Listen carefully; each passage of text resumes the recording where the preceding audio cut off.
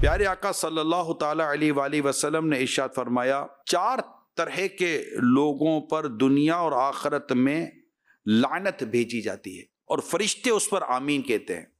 ان میں سے دو یہ ہیں، وہ آدمی جسے اللہ پاک نے مرد بنا کر پیدا کیا، پھر اس نے اپنے آپ کو عورت بنا لیا اور عورتوں کی مشابہت اختیار کر لی، اور نمبر دو وہ عورت جسے اللہ پاک نے عورت بنایا مگر اس نے اپنے آپ کو مردانہ انداز میں ڈھال لیا اور مردوں کی مشابہت اختیار کی۔ پیارے آقا صلی اللہ تعالی علیہ وسلم نے ارشاد فرمایا، اللہ پاک قیامت کے دن مردوں سے مشابہت اختیار کرنے والی مردانی عورت پر نظر رحمت نہیں فرمائے گا۔ آج کل میں پرسنلی طور پر یہ دیکھ رہا ہوں کہ کئی مرد اپنے کان میں اب بالیاں پہن رہے ہیں، طرح طرح کی فیشنیبل بالیاں اب کانوں میں دیکھ رہا ہوں پرسنلی طور پر۔ کئی ایئرپورٹ پہ جب سفر ہوتا ہے تو کئی دفعہ ایئرپورٹ پر آنا جاؤ، اور اس طرح کی چیزیں زیادہ تر ایئرپورٹ پر نظر آتی ہے، ورنہ تو مسجد میں جاتے ہیں، کہیں اجتماع میں جاتے ہیں، یا کہیں گھر میں ہوتے ہیں وغیرہ، یا جو ملنے والے آتے ہیں تو وہ اس طرح کے عموماً لوگ نہیں نظر آتے، مگر ایئرپورٹ پر یا چند ایک اور مقامات پر راستے میں آتے جاتے ہوئے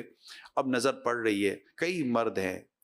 اور اس میں مجھے لگتا ہے مسلمان بھی ہیں، کہ وہ کان میں بالیاں پہنتے ہیں، پونی بال لمبے رکھ کے پھر اس میں چٹیا جیسی بنانا، یہ بھی عورتوں کی مشابہت تو ہے نا۔ میں نے تو نبی پاک صلی اللہ علیہ وسلم کی حدیث سے بیان کی ہے۔ اس طرح لباس میں، انداز میں جو عورتوں کی مشابہت کرتے ہیں، یعنی عورتوں جیسی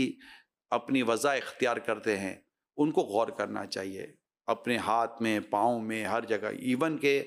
اب مرد ہاتھ میں مہندیاں تک لگا رہے ہیں۔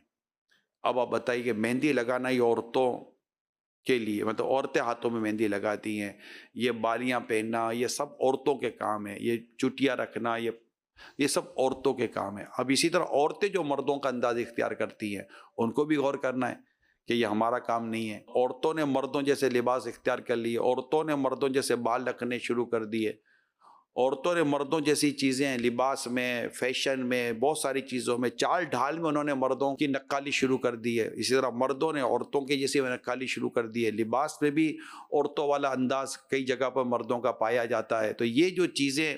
نظر آ رہی ہیں، شاید مجھ سے زیادہ آپ کو نظر آتی ہوں گی، ہو سکتا ہے کہ یہ کوئی ڈراموں میں، فلموں میں اور مختلف وہ ایکٹر، گلوکار، اداکار وغیرہ کے طور پر یہ پروموٹ ہو جاتی ہے اس طرح کی چیزیں۔ ہو سکتا ہے ان کے بھی علم میں نہ ہو،